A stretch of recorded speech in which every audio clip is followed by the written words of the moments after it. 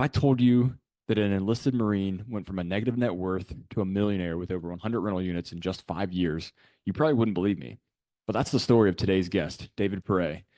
Starting with house hacking a duplex, David went all in on real estate, took control of his finances, and even started a community dedicated to helping service members, veterans, and their families build wealth. We discuss real estate, community, finding purpose, and much more. So I hope you enjoy this episode with David Pere. Most people you talk to when transitioning out of the military have never actually transitioned out themselves. You're probably getting a bunch of opinions from people who plan on staying in until retirement and have no idea how to actually show empathy for your situation. This podcast is about providing fresh perspectives and a front row seat for conversations with successful veterans doing big things after leaving the military.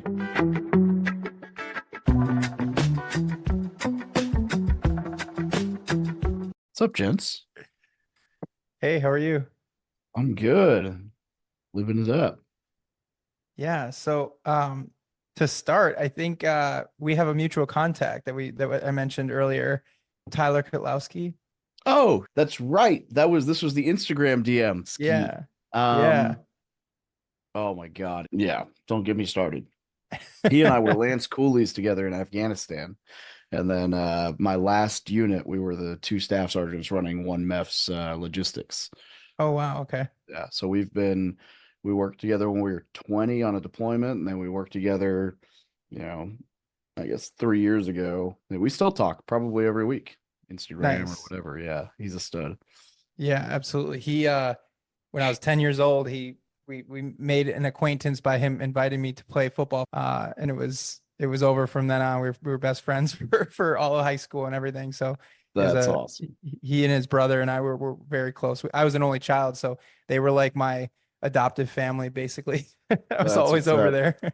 Yeah, I freaking love Ski. He's man, it's funny because he and I are like polar opposites at work, and it was great. Like it was a good balance. He was like, do anything you can to get me out of the office. And I'm like, all right, cool. Do anything you can to let me just stay behind and keep things running, whatever. And yeah, he would just go run around and fix all the problems and get Pendleton. And yeah, Right. he's a good dude. A girl dad. Absolutely. Oh yeah. Yeah. With three now. So Yeah. so we started this podcast really just to help inform transitioning service members of the options that they have out there. We know that the military does a decent job of helping transition, right? But it could be a lot better. And we want to give sort of outside the box experiences, people like yourself who maybe didn't, step into the next contracting job or whatever the military says is the right path. We I am we no want GS. to, yeah, we want to show people that there's a lot of other options out there by showcasing people like you who did the transition successfully and you seem like you're pursuing what you want to pursue. So we're trying to highlight that and really just provide a platform for people like yourself to help explain that process, how you did it, but also lessons learned that they can maybe apply to their situation. Yeah, that sounds great. Absolutely. Tell us about your military experience, kind of what got you to your transition, and then maybe touch on how that transition went and what your background is. Yeah, I Marine for 13 years. I was motor T, like Ski. Did all the things. I was stationed all over the place, and I was a recruiter as well, like Ski, for a little while, which sucks if you've talked to him at all about it.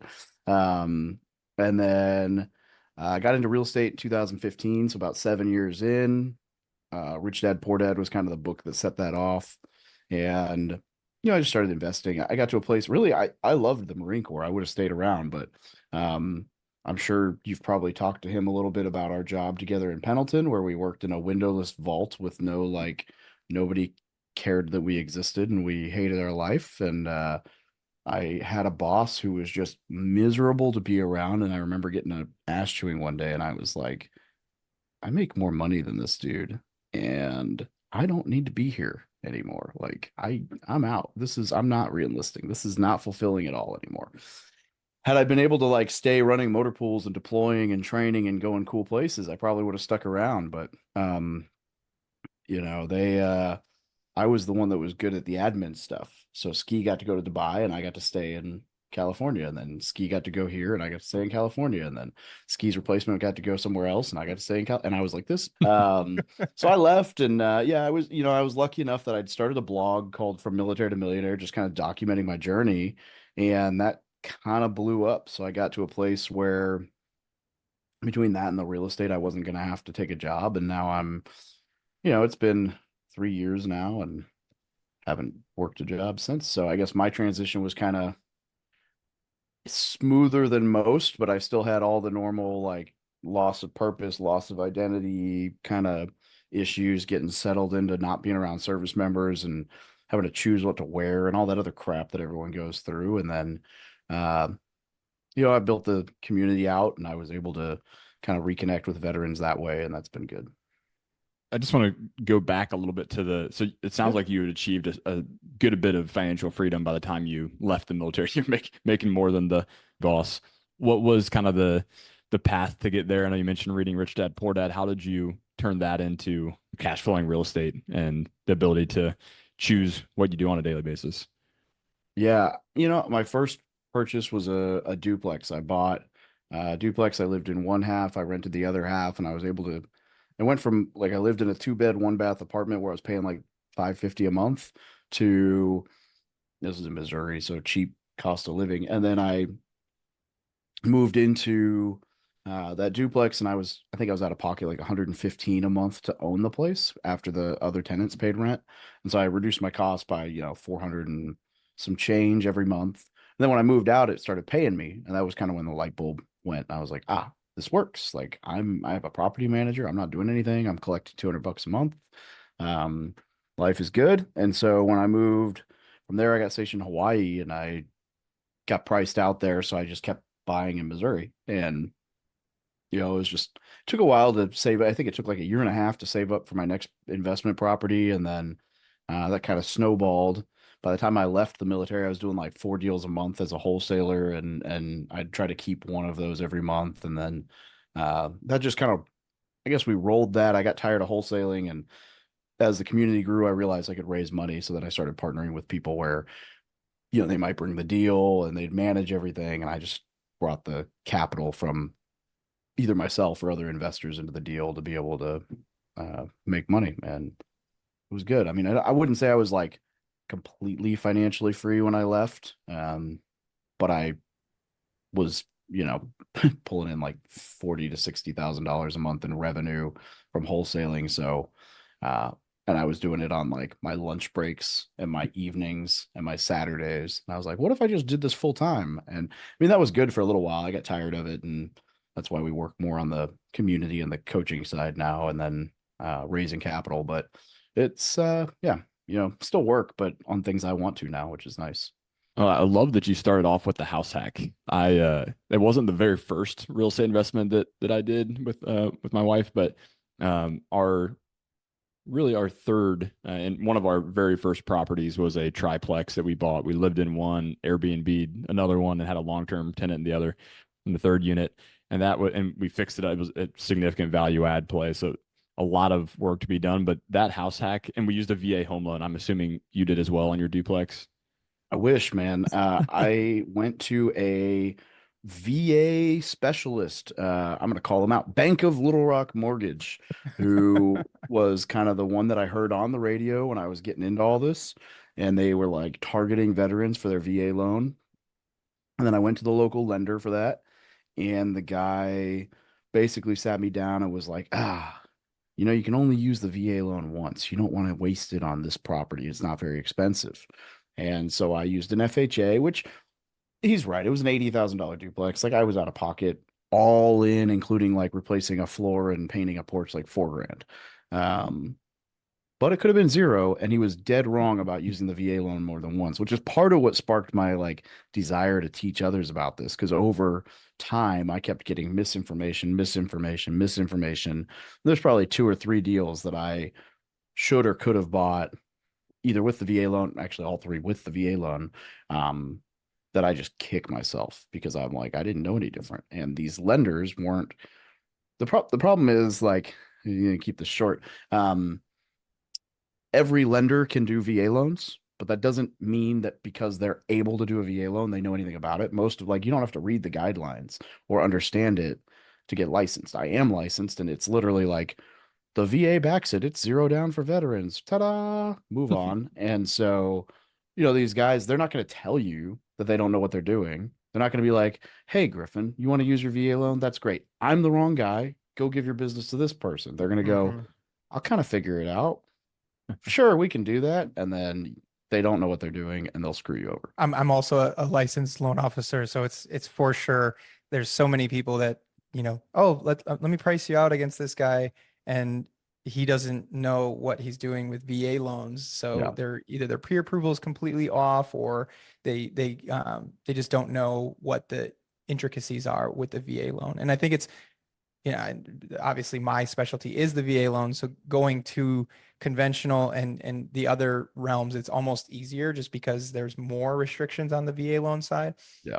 But I completely understand that. And yes, we are all three of us are like, if we could stand on the highest mountain and preach to people about using the VA loan to help with their financial goals. I mean, it's a huge tool. So that's awesome that you're doing that. And it's not in like a lender's best interest to out themselves. And so, Right. man, I saw this. You'll appreciate this as all that. I saw somebody commented or posted in my Facebook group, probably yesterday, maybe the day before. And it was like, hey, is this good? And it was just, I can get this interest rate from this lender, but this lender said they can only give you this interest rate. And that's who people are recommending. And I mean, it was like a full, like, it was like not 0.9% spread.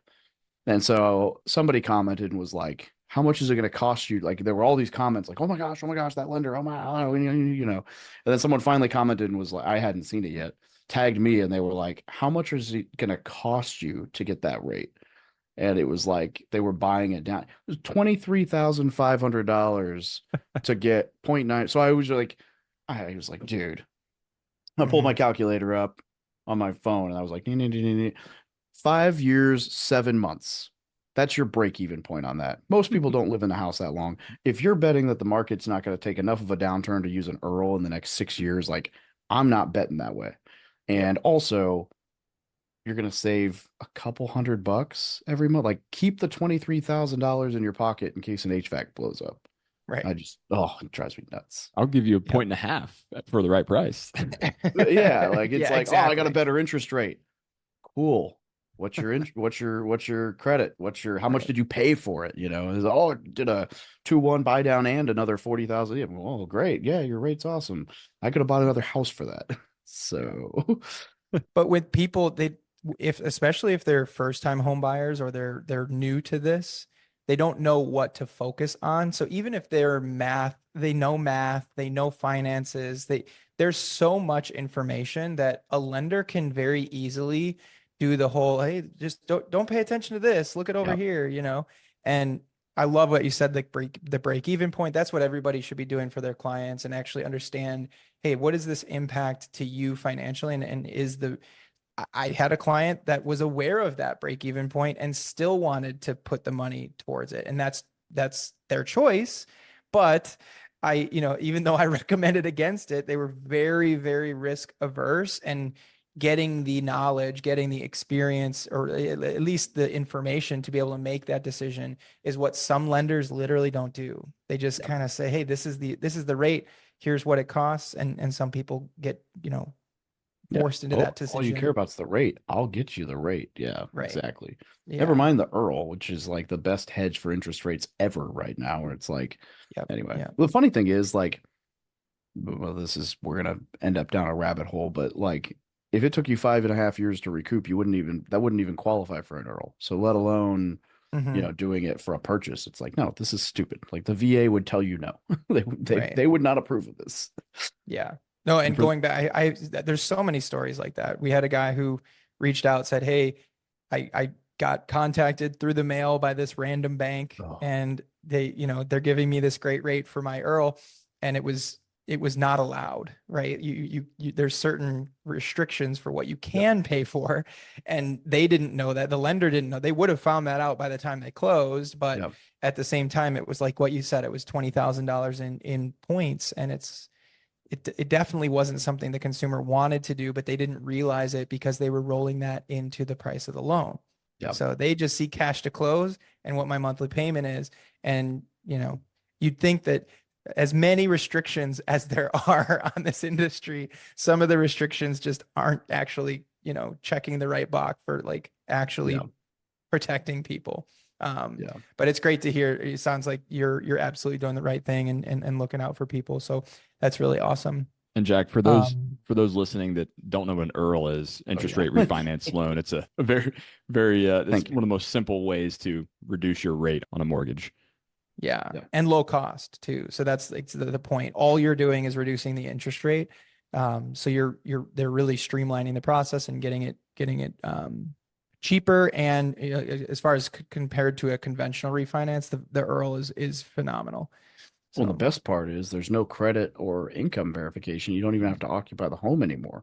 So Yep. like the Yep. example I give when I teach people about this is like, let's say you were in the military, you bought a house in California, and then you got out of the military, got divorced, your credit got destroyed, and you live in Missouri, and rates drop. Unless you're on the VA loan, you're stuck. You're like, well, crap, that sucks. But with the VA, they'll let you, which honestly, if you think about it from a lending perspective, that makes so much sense. It's like, oh, well, yeah, he made the last 6 payments. I'm sure he can make them if the payment's lower. right. Yeah, but nobody else will do that other than the VA. Mhm. Right. Right. Yeah. Especially, and it's most lucrative when you said what you said is if you turn it into a rental and down the line, it lowers your risk because eventually you'll be able to lower your all-in costs. That's going to improve your cash flow. Oh, yeah. And you're not going to be limited by whether you still live there. In fact, like it's frustrating sometimes for consumers. It's like you're making a lot of the right decisions. You might own 3, 4 houses. Sometimes the lenders don't agree with that, but in this case, it doesn't hinder you, which is a Yeah. phenomenal takeaway. Um, that's great. So, when you actually transitioned, you mentioned that you had a lot of things rolling and actually prepped before you made the transition. That's been a common theme with a lot of people. It seems like what a successful transition looks like is doing the background beforehand. So how did that look when you mentioned nights, weekends, during lunch breaks? How did you balance that time? And did you have a family at that moment or what were you doing to balance that? Yeah, there wasn't a whole lot of balance. It was I showed up at work and then I worked when I got home. I did a podcast with my roommate at the time, like 3 weeks ago, and we were reminiscing, and he's like, dude, I remember you used to be up at 4 a.m., then you'd work for 2 hours, go to work, be in your car on your lunch break, come home, lock yourself in the office for 3 hours. It's like, yeah, a little bit of a workaholic, but I needed to get the thing done. And to your other question, yeah, I was married with 2 kids, and but I kind of got, I guess, lucky in the way that worked out where they had moved back to Missouri because they knew I was going to be exiting in a year, and we couldn't get, she was a high school counselor, couldn't get a good job. Kids didn't really like the school system in California. So it was like, hey, the job you loved at the high school you loved just opened. If you go back and take it, you can get all the kids and everyone else ready for, life. And then I'll join you in, 6 months to a year, whenever I get out of the military. And so for that last year, I was basically just like full on grind mode, work, work, work, work, work. It was actually, I mean, if you think about it, it was a really good, like I was, active duty Marine running like working in a skiff while training for a half Ironman and building a business. Like I mean, I was a much more well-oiled machine then than I am now. Now I'm like groggy in the morning. Yeah, maybe I'll go to the gym. I've got, yeah, it's funny when I think back, I'm like, how did I get all that stuff done? But Did you have a goal in mind or were you just yeah, I mean, the goal ultimately was to be able to exit without having to take a W-2. And luckily I was able to get there.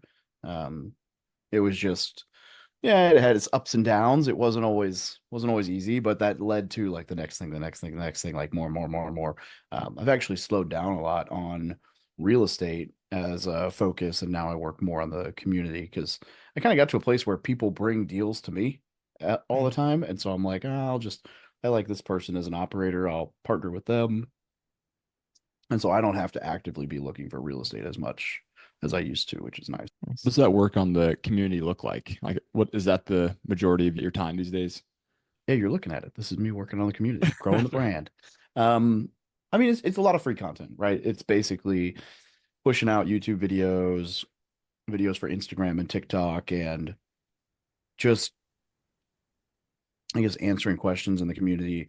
And then all of that, the business end of that is we launched a like a paid mastermind group for people who are way more serious about real estate. And so, I just do a whole bunch of free information and content with the hope that eventually people get to a place where they're like, man, I want to take this to the next level. And like Dave's already helped me make XYZ amount of money. So I'm sure if I actually like was in the room with him, I'd make it would work even better. And that's kind of the main bread and butter is building that piece out. Yeah, tell us more about the mastermind. Is part of that the kind of getting after that loss of purpose and identity that people feel outside of the military? Is it building that in while also building your real estate portfolio and financial independence and kind of holistic package? Yeah, I mean, that's it in a nutshell. I had been in a couple of different mastermind groups, some free, some paid, some higher level than others. And they'd all been really beneficial for me to be able to go to a group and ask questions for people who, if you go post on Facebook like, hey, what do you guys think about this? You might get 100 answers if you're lucky, and you might get 5 or 15 or whatever that are actually worth listening to, because the rest are like, none of you've ever done this before. Why are you even commenting? It's like going to Twitter and being like, all right, guys, which house should I buy? And then Twitter is just like full of idiots who feel like they are compelled to answer things they don't know anything about. And I'm like, this is ridiculous. So I found I was in this group, GoBundance. It's not cheap, but it's all high level, entrepreneurs, successful men who are serious about like living a, happy, wealthy life or whatever. Right. And, they're big on adventure and all this stuff. And you could go post a question there and you might get 30, 40 answers, but each one of those guys is making 7, 8, 9 figures. And it's like, hey, has anyone done this? And they're like, tag, tag, tag. I remember I answered a question in there about like trying to find like what would be a good avenue to find like a pitching coach for my stepson, because he was coming into high school and he was good. And I'm like, there's no one local. And one of the guys in the group owned the Cincinnati Reds. It was like training, like spring training. And I'm like, that's not where I expected this to go. So like being in groups like that, I was like, holy smokes, like I'm getting to talk to like the son of, or one of the families who owns a Major League Baseball team about how to and he was like, if I was you, I'd go to LinkedIn, I'd do XYZ, and I'd get a hold of, and yeah, I ended up like talking to the St. Louis Cardinals minor league pitching coach who ran the local team, and they well, I guess unfortunately for all of them, the divorce happened before that ended up coming to fruition. But I was on the hunt. We were going to get, he was going to get in front of a minor league pitching coach, which is cool. So I'd been in these groups and I loved it, but they were all, there's something I noticed at real estate conferences was like the vets always found each other. And I was like, dude, if we built one of these that was just open to service members and vets, like that would be the community piece, the purpose and identity, and like everybody gets each other, and we'd be able to connect on a deeper level right off the bat. And it has been really cool. I mean, we've got 7 and 8 figure entrepreneurs in there, and we've got guys who run really incredible businesses and big time investors, but the community aspect of service members and vets being able to help each other has been really cool. We've got everything in there from like, I think an E2 or maybe an E3 is like our lowest rank, up to, I mean, we've probably got like 10 full bird colonels active or retired right now. We might even, I can't remember if the guy ended up pinning on a star, but we might have a star in the group. Which is really cool, because it's like, and we don't use rank in the community. We just use first names. And so, it's funny, every now and then someone will be talking about something and you'll see a comment, and then they're like, oh yeah, but, and I'm like, well, that's the like regimental commander for the unit above yours. So they know, but like nobody knows. Like I kind of get, it's cool. But yeah, it's just a community. We do 2 or 3 calls a week where we either bring in guest speakers or do like mentorship, like ask me anything, like I'll sit on a call tomorrow night or Thursday night for an hour and just answer questions. And then we do 2 in-person events a year, and we're just kind of growing out of that. That's great.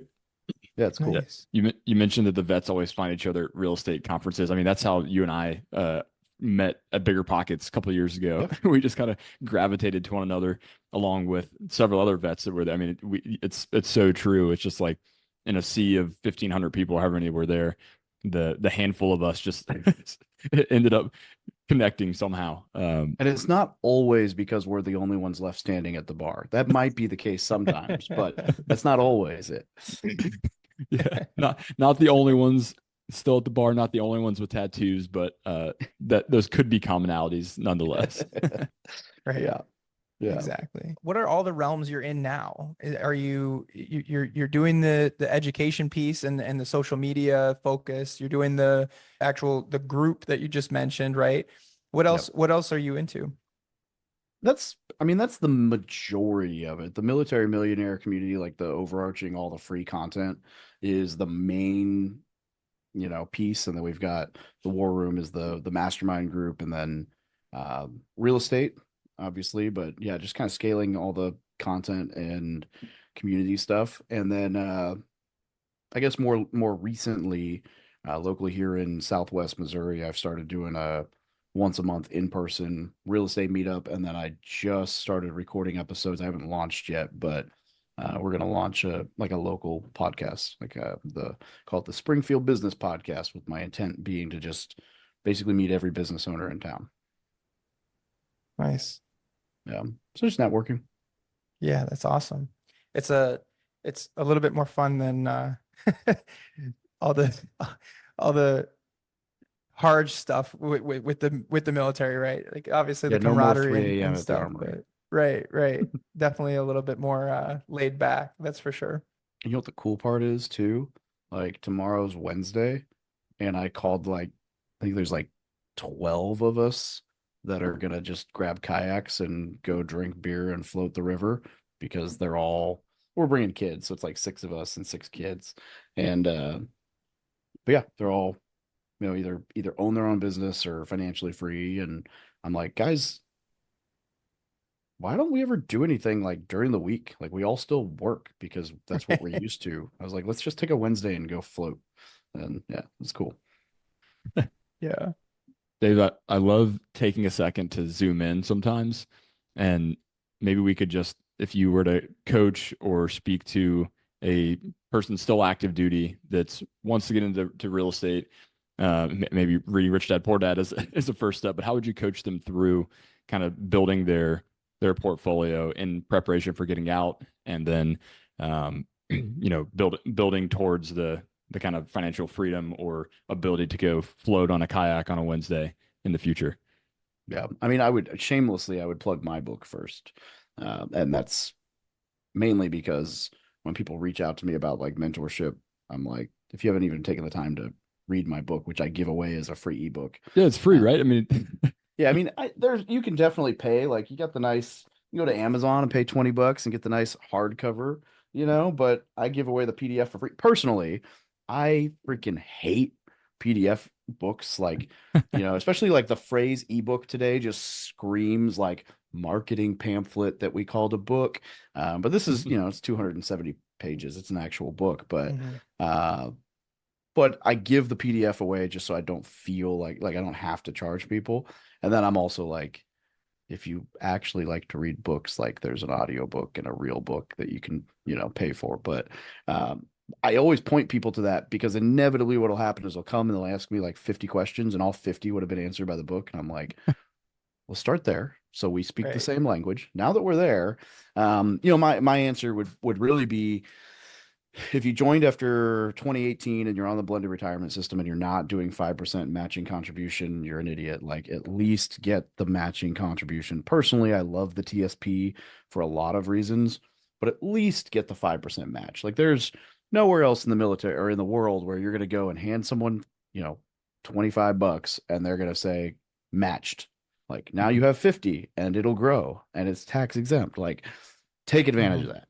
And then I recommend to people to just figure out where their money's going, try to keep it from going to stupid places, and then figure out what kind of investing, whether it's real estate or securities or whatever, actually, intrigues you. Learn enough about it to be dangerous, and then just start moving. Like the earlier you can start putting money somewhere, the better off you'll be. It doesn't even have to be the right place. As long as you're putting it somewhere other than the bar, like you're okay. And eventually my like perfect scenario is that you're out of the barracks for whatever reason and able to use the VA loan, and then you house hack and duplex or fourplex or whatever. You live for free, and you kind of start the journey there. I don't know anyone who's house hacked and not really gotten the bug. It's like once you do that and you're like, well, I was blowing my BAH, but now I'm keeping it, which means I can go out to dinner once a month and also still invest, $1,500 into whatever. Um, like that's kind of eye opening. Think the house hack with BAH is like the double hack. I mean, It's the amazing. army is you're getting your mortgage is mostly or entirely paid by the tenant or tenants, and Yeah. then the army is still paying you. So it's like, I mean, it's the most ideal setup of all time. I mean, maybe both of you could speak towards how to best leverage the VA loan. I mean, the fact that you can use it multiple times, you can have two open at the same time, and maybe you could speak to some of the nuances there that most maybe don't know about. Because I'm always blown away by the fact I think it's 13 or 14% of people have even used a VA home loan to begin with. I mean, there's mass number of people out there that are eligible and haven't even used it. I would say this. I would say before we Jack and I even dig into like nuances with the loan, the other two like even crazier hacks for exactly what you're talking about is if you manage to, and I'm not suggesting you get married just to do this, but if you happen to be dual mill and you get BAH plus BAH own right and your house hacking, game changer. Like anytime I see one of those couples that's like broke and they're like, oh, like every now and then I get it. People will be like, yes, we did this. We're in this much credit card debt, and then we're dual mill and we have a house. And I'm like, well, like, there's nothing I can do for you because you're an idiot. Like, I'm sorry. You're making more money than anyone else in the military. Like, you should. I mean, obviously that's not the case, but like that's a huge thing. The second favorite, this is one of those like it's not happening as much anymore and you can't really time it. But like in a perfect world, if you could buy a fourplex and then like 3 months later you got orders to deploy, and then it's like, well, I got to put all my stuff in a storage unit. Now I've got all 4 units of my house hack rented. I'm deployed. I'm still collecting BAH because that's how BAH works. I'm tax exempt. Oh, I moved back and that tenant didn't vacate, so now I don't have a place to live. I guess I need to use the VA loan again. Oh my gosh, there's some ways you can really just game the system to, like, imagine you're deployed, you're tax exempt, you're getting BAH, and you're have zero living cost. Like the steroids you could buy in Afghanistan. I mean, the investments you could make. Um, And I think that on a very specific note, like when you mentioned people, hey, they might be in debt, they might have issues and the credit card bills. That's really the only thing that's going to keep somebody from buying a house while they're in the military is the debt.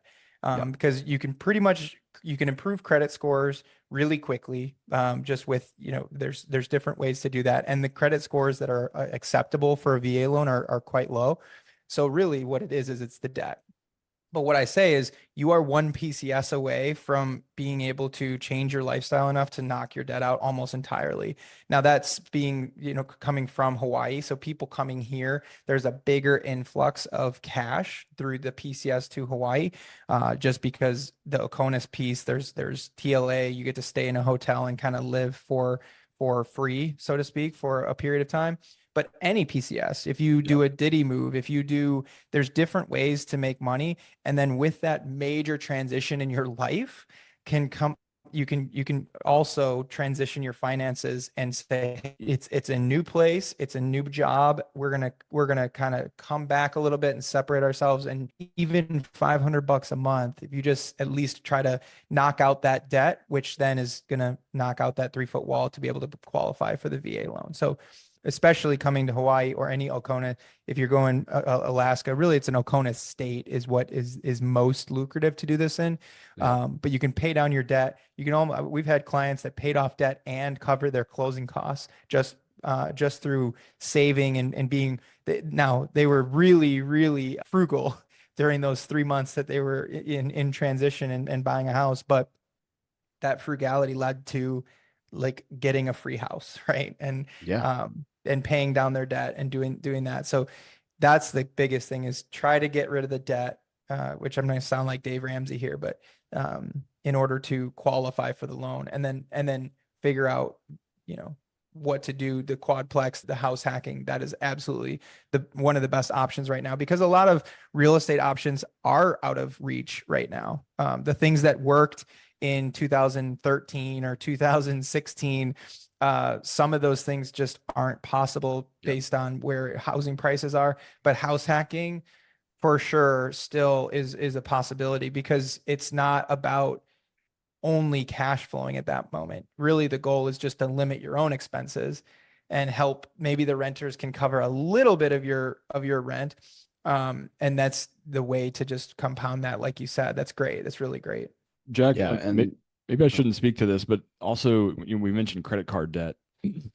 I believe, I mean, it's between, maybe it's actually uniform with any institution, but the Service Member Civil Relief Act provides a cap on that interest rate. So if anybody out there is paying the 20 plus or 18% on their credit card, that's not how it should be capped at whatever I don't know if it's based off SOFR rates or where that rate is set, but that's a thing to look into that would help pay off that debt or eliminate that debt a lot faster.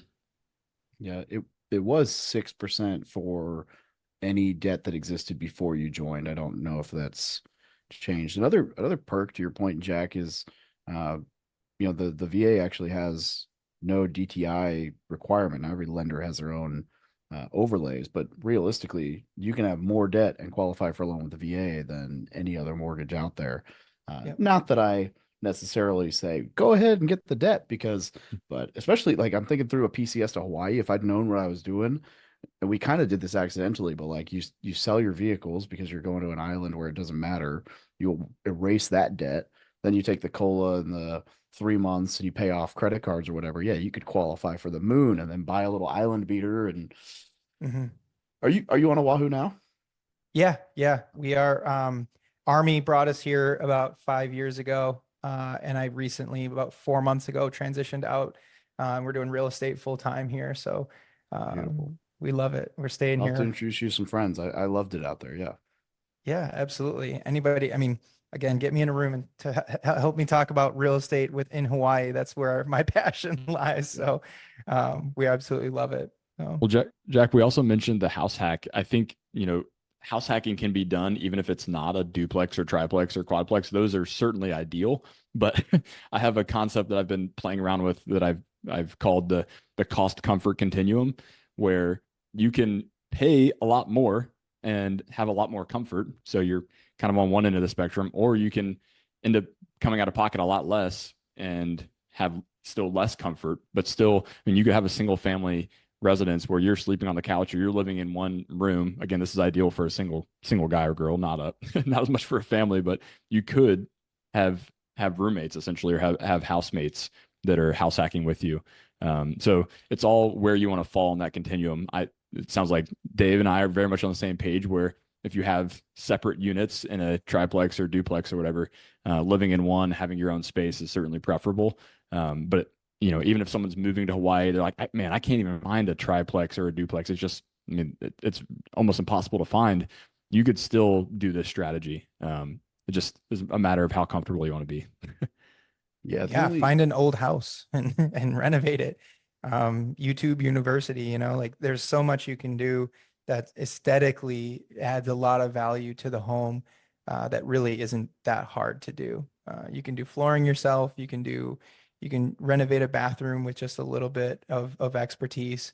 Now, hanging cabinets and doing countertops, maybe a little bit too far. And some of the electrical work, I would maybe recommend hiring out. Yeah, don't do any gas or electric. Right. But there is so much you can do to improve on the value of the homes. You don't have to buy a triplex to do this for sure. Only downside with the single family one is that the income from renting out bedrooms won't count towards qualifying for the loan like a fourplex. But one of my Right. favorite house hacks when I talk about this in my group and I showcase examples and I'll shout him out all day is my buddy Rio Gallegos, who I think he's a major now. He's in Okinawa in the Marine Corps. At the time, he was a first lieutenant when I met him, selected for captain. He's a Mustang, so he'd been enlisted. Cool dude, really cool dude. In fact, like he was on the if you go and you find YouTube, like the original Silky Hike video with Donnie O'Malley, Rio is like doing push-ups and stuff in the background in Silky's. It's pretty funny.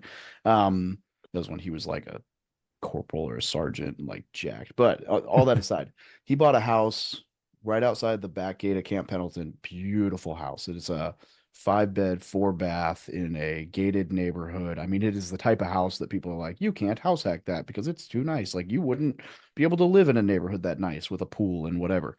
And what he did was he rented 4 of the bedrooms out to single lieutenants. Now he rents to staff and O, but at the time it was all single lieutenants. So it was him and 4 other lieutenants. They were like all arty guys. They were deployed all the time. And then he turned the 3-car garage into a gym. He knocked a wall out and put like an in the wall bar in. And he did. In fact, I think we talked about. I'm going to shout him out. Tyler Kotlowski is our connection, and he's a buddy that I've known since Lance Corporal days in Afghanistan. I want to say I know for a fact I've hung out with Tyler and Rio, like cigars at my place, but I think Tyler's been to Rio's house as well. But anyway, all that be said, they like had a I mean, this was like the place we'd go for Super Bowl parties. It was like the Playboy Mansion for single military guys who wanted to throw down, and really nice pad. I think he was out of pocket like $200 when he lived there every month. And then he moved out. He's in Japan now. He rented the master suite. He's pocketing $1,500 a month on a house that he paid $730 for, owes $650 for, and his recent appraisal was 1.2.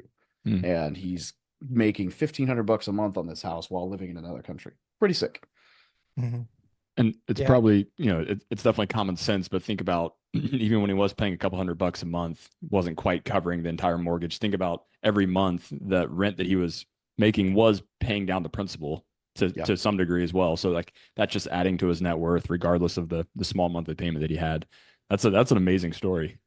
Yeah, it's like my favorite. I mean, there's a lot of I've probably got 40 different really cool examples from people, but that one's like I just love that one because I'm like, we used to party there. Like that was a fun house to live in.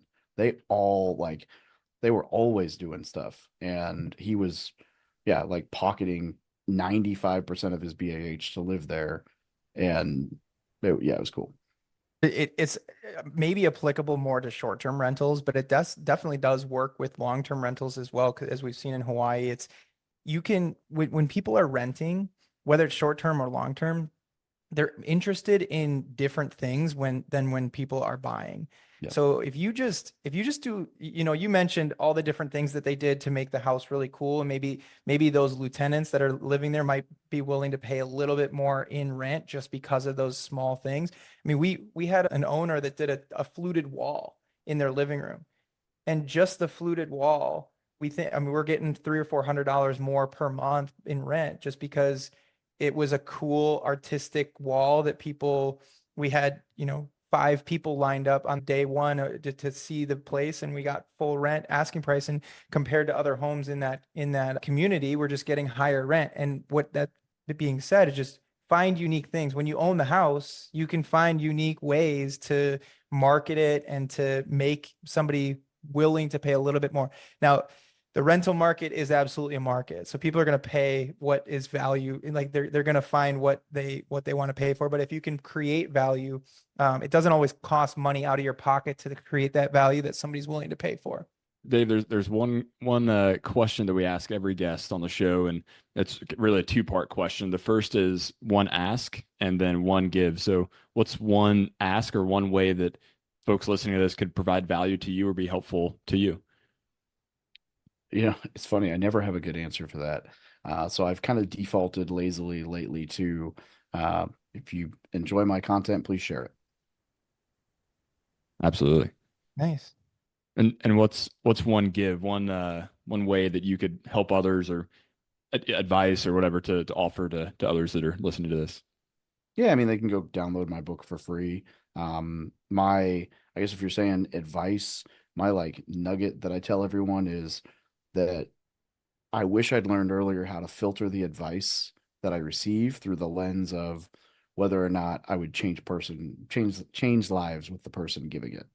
And so what you'll find a lot of times is, people who don't invest will talk you out of investing because they've heard horror stories and or whatever you're looking to do. And so I always tell people, like, if I wanted to become a world-class UFC fighter, I would go train with, Matt Serra, Ray Longo, like Chris Weidman, world-class UFC fighters. I wouldn't go ask my mom. Now, my mom loves me. She's got my best interest at heart, but she knows nothing about fighting. And yet, for some reason, people go and say they're going to get into real estate, and then they let their mom talk them out of it, and their mom doesn't own any real estate. And so it's like, you wouldn't listen to your mom over your football coach about football stuff, but and it's not to say that it discredits where the heart and where their advice is coming from, but they're just the wrong Mhm. person to give it.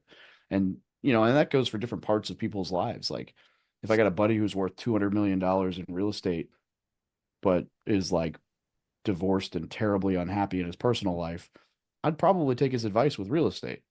Probably wouldn't take his advice on marriage. And so I think that's important, is just learning to filter advice that you receive through the lens of whether or not that person's achieved what you want to in that area. Awesome. Well, from military to millionaire.com, you can grab Dave's book, check out the mastermind, the war room, all the great stuff you're doing. So that's it. I love the one-stop shop. Everything is right there. Um, well, Dave, Appreciate you. this has been fantastic. Thanks for what you do for the military community. Thanks for all the great stuff you put out there. What's any parting thoughts or piece of advice for somebody who might be transitioning out of the military or considering that in the near future? I mean, yeah, you need to take time to figure out who you are outside of the military. Like what your purpose is going to be. You don't have to have an answer. Just start working towards things that you're passionate about, things that get you fired up. You're going to, whether you know it or not, when you exit the military after 4 years or 40, you're going to have an identity crisis. You're going to have a purpose change. It's so easy when you're serving to be like, I'm serving my country. I've got this huge sense of purpose. And then like men need, I mean, everybody, but men especially need purpose in their life. And if you don't have that, that's where you start to stray and get depressed and, whatever. So really take time to figure out who you are outside of the military. I'm going through like the weirdest crisis of all. I got out of the military and then found out since this is a public show, we'll say, uh, I found out some less than desirable things were happening with other people outside of my relationship, and I got divorced. And so for the first time in my adult life, I wasn't a Marine, I wasn't married, I wasn't stepdad, I was just Dave and a father. I mean, I have a kid. Um, but that was a lot of changes at once, and I really had to dig to figure out like, I don't even remember what kind of hobbies I enjoyed. Like, what do I like to do? I don't like now what? Like, I've got the evening. I don't have like tonight. It's like we get done with this recording. I have literally nothing on the schedule. That's weird. I don't have a kid around. I don't have a wife around. Like, there's nothing. Like, it's just like I'm gonna do whatever. And it took me a long time to get comfortable with all of that and begin to like really figure out who I am, what I find purpose in. And I mean, there were some dark spells, right? So for the people who get to that place, I would tell you, go outside, like find the sun, find water, find the sun, find something, and just go walk. Just go find another veteran and just BS and walk and enjoy the sun. Like for whatever, I mean, that's easier said than done, but when people get depressed, right, they hunker down and they live in their house and they don't want to be bothered, and that just makes things worse. So get outside. Yeah, wise words. Well, thanks again, Dave. This has been great. I just would ask everyone listening to this to check out Dave's stuff and find a community is really the takeaway here. Find a group of folks that are like-minded, going after similar goals, and that you can float on the river on a Wednesday with and drink some beers. So thanks again, Dave. This has been awesome. Yeah, if I can end on one last thing, I'd like to Yeah. go on record since he's your friend as saying, ski, you're a boot. And then that's good enough for me. I'm sure he'll Sounds listen to the good. show. I already told him we're doing this, so I think he'll be one of the first people to listen, I'm sure. Good. I love that guy. Awesome. Yeah, well, thank you so much. We're just starting this podcast out, so really, I mean, we're trying to get as much really successful people as we can to give advice to people because Griffin and I just recently transitioned as well. So out of that transition, we're realizing we wanted to give people a mouthpiece like yourself to speak to those transitioning service members already. Not like you're not already doing that, right? But in a very specific way. Because once you, like you said, once you get out of the military, it's like a very new thing, and It's a people are change, definitely trying to figure out what to do. So I love it. Well, thanks for having me on the show. If you have connections or folks that would be awesome for us to talk to, we'd love to do that or tell the stories of other people that might be part of your community. I mean, it all would ultimately point back to your community anyways, but any good conversations we can have that might help people, would love to do that. Yeah, I got a ton. I'd love to. I got tons of people that would be worth chatting with, including other people who do. Like I got a friend who runs a program. They're basically trying to create TAPS 2.0, like trying to replace, or not replace, but provide a service that's in addition to that'll help service members. So that's a cool one. Oh, cool. Yeah, that'd yeah. be awesome. Um, and this is just scratching my own itch, but you mentioned trying to meet all of the local business owners. Are you trying to branch into SMB, like acquisition or ownership, or what's the drive behind that? I mean, at some point, probably that intrigues me a lot, especially with like, some of these kind of, I guess you could call blue collar businesses where it's like landscaping and shit, where Hmm. the things that like integrate with real estate.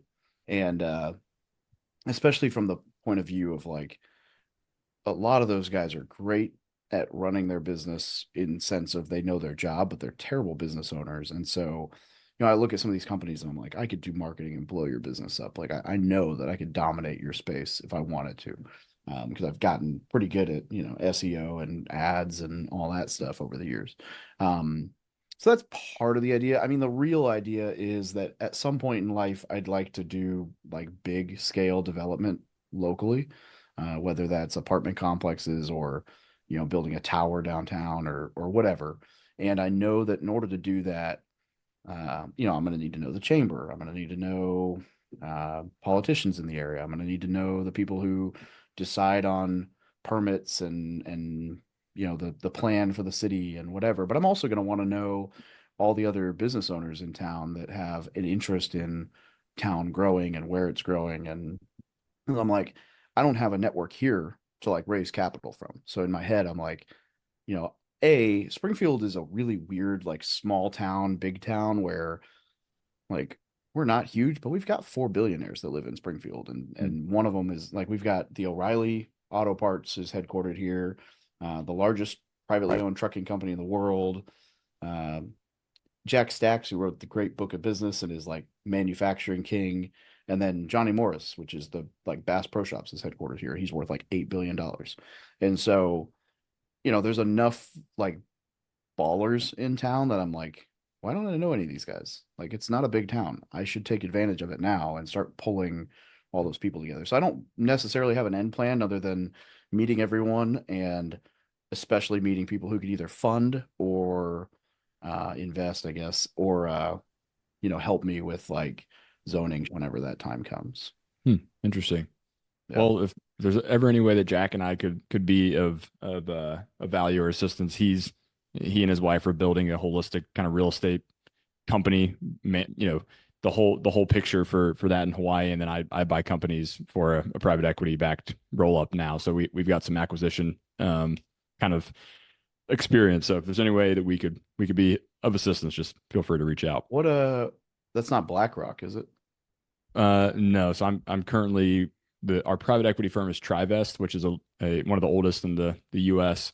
So That's cool. I got a friend, Robert Irving, who he ran a fire suppression company and they were doing, I don't know, a couple $1 million a year EBITDA. And then they got bought by a BlackRock fund. And he was like the first or second company that fund acquired. and they liked him enough to bring him on. And now he's the guy acquiring. So they're trying to get to 250 million in EBITDA, and their goal is to exit at a 20 to 25x. So they're going to sell for like 4 billion. And it's crazy. Like I heard him speak about it, and it blew my mind. I was like learning about the variances and like when you get into the fund as far as like what your multiple was when Oh, you yeah. were acquired and then what additional you had. Like, yeah, it was cool. So yeah, I mean, my community is always wanting to learn about business acquisitions. So that would be super cool if you wanted to come talk on one of our calls. Are you in Hawaii too? No, I'm in North Carolina. Perfect, because our calls are at 8 a.m. on Saturday, and much as Jack loves me, he would not want to wake up at 3 I'd probably a.m. still be up So, from the night before, actually. yeah, there you go. So, Jack, I need to introduce you. I've got I've got a couple. There's probably 6 to 8 people in the mastermind that are out there, but there's quite a few that are either either agents or just investors that I'd love to make an intro. Yeah, Because I'd love Hawaii that. is a small island. I still got some connections out there for people. I used to run a meetup on the beach in Kailua. Oh, nice. Yeah, I mean, I just found myself with 50 hours a week more because I got out of the military. So Yeah.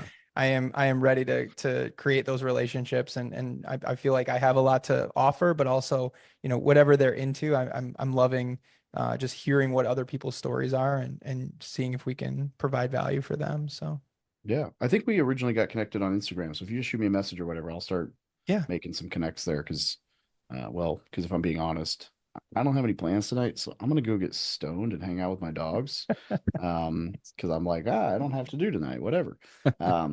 Which is kind of nice. So there's a chance, a really good chance that I'm going to just start munching and forget that I'm supposed to make intros. So tomorrow you may want to be like, hey, and I'll be like, oh yeah, you got to introduce you to Chip. I will hold you to that for sure. Yeah, absolutely. Yeah, I'd love to chat with Awesome. both of you. Well, thanks Well, again, thank Dave. you This has so been awesome, much. man. We'll Yeah. let you get to your evening here. I hope you enjoy it with the dogs and I otherwise. will. You guys have a great evening. All right, man. We'll talk to you soon. Bye. Yeah. Bye. Thanks for listening to this episode of the Veteran Ventures Podcast. If you heard something interesting or found the show to be helpful, send it to a friend who is transitioning out of the military or considering a transition. We'd also really appreciate if you left a rating and review of the show. That helps us reach more people with these amazing stories of successful veterans. We'll catch you next time on the Veteran Ventures Podcast. And until then, go do the thing. Make that decision, have that conversation, and go find your next mission.